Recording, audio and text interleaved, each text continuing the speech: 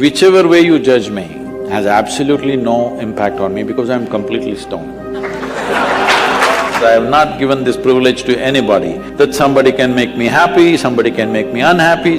Any moment we could be doing something wrong, so we listen to everybody. But what they say will not determine how I am. So Sadhguru, sometime back I happened to be in a situation where a friend of mine was drunk.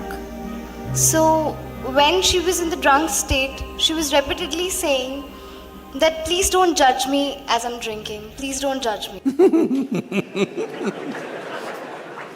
It is…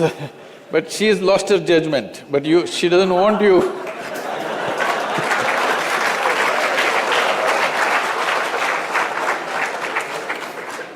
So my question is, whether it is alcohol or not, in life, why are we so apprehensive about being judged by others? And how can we not let this come on our way of being happy?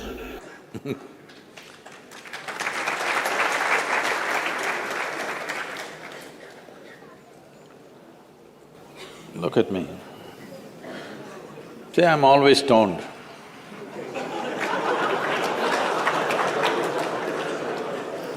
Never touched a substance, but always stoned. You can judge me whichever way you want.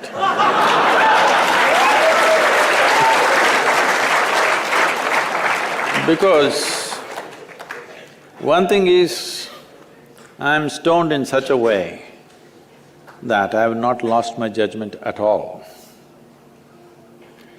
And at the same time, whichever way you judge me has absolutely no impact on me because I'm completely stoned.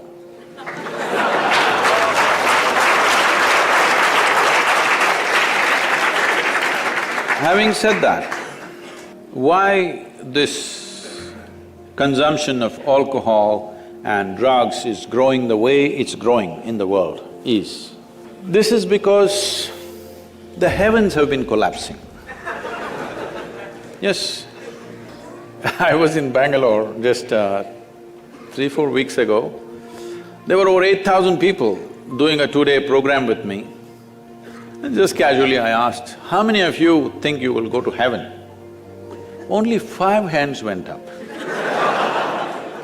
Then I asked, are you all the hell people? No, it's just that both heaven and hell have collapsed in people's minds.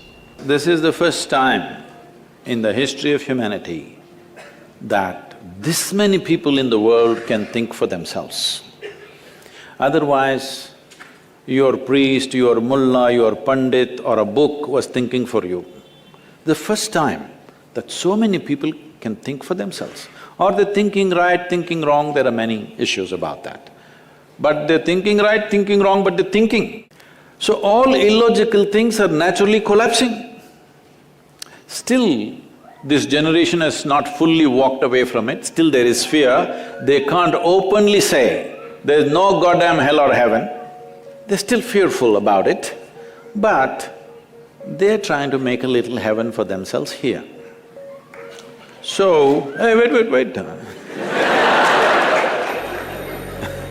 So naturally, when they're not able to do it for themselves out of their own intelligence, they will fall back on chemicals. Today, just to take very affluent societies, because every society is aspiring to be like that. Let's say you take United States, which is the most affluent nation on the planet right now.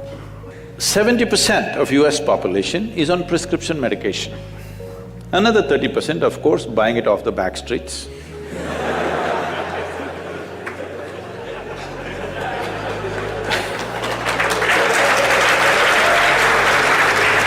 Most affluent nation, obviously affluence is not working. To be healthful, you need chemicals. To be joyful, you need chemicals. To be peaceful, you need chemicals. To be ecstatic, of course, that is ecstasy. So, I'm not even looking at it morally.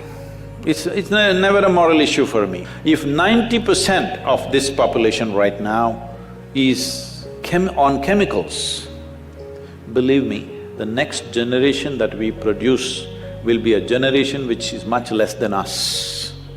If we produce a next generation less than ourselves, we have committed a crime against humanity, because the next generation must be at least one step ahead of us, otherwise we've lost it. We've lost the entire process of civilization when we produce a next generation which is actually less than us. So, we are heading towards this rapidly unless we teach individual human beings how to simply sit here and be blissed out. Stoned enough or no? Just look at me. But am I conscious enough, alert enough, clear enough? If there was a way to intoxicate yourself without losing your judgment, without losing your awareness, without losing your intelligence, it's a great thing. Intoxication is a fantastic thing. Only problem is, it takes away your judgment, it takes away your intelligence, incapacitates you. That is the problem, isn't it? Is it true? Ask anybody, you're not in the medical sciences, but ask anybody, is it true that this body here is the greatest chemical factory in the universe right now? The universe that we know at least?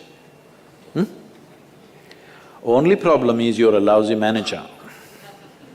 If you know how to manage this, you would be like me, always blissed out. Anybody can say what they want, anybody can do what they want. This is like this only. Because I have not given this privilege to anybody, that somebody can make me happy, somebody can make me unhappy, somebody can make me miserable.